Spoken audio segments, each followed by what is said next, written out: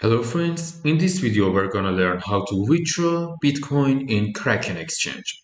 Click on withdraw, choose the asset that you want to withdraw and the network. Pay attention that the address must be a Bitcoin address. Finally, click on add Bitcoin address. You type an address description and the withdrawal address, which has to be your Bitcoin address. Finally, click on withdrawal address. We will receive an email to verify the withdrawal. Go to your email and in Kraken, click on confirm address. Our withdrawal address has been accepted, and to change the address, you can click on manage address. You can put the amount that you want to withdraw in this section or choose the percent.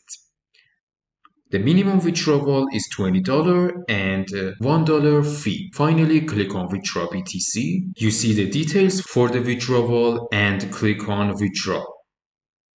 To check the transactions, you can go to Transactions and in the History section, you will see that the withdrawal is on pending.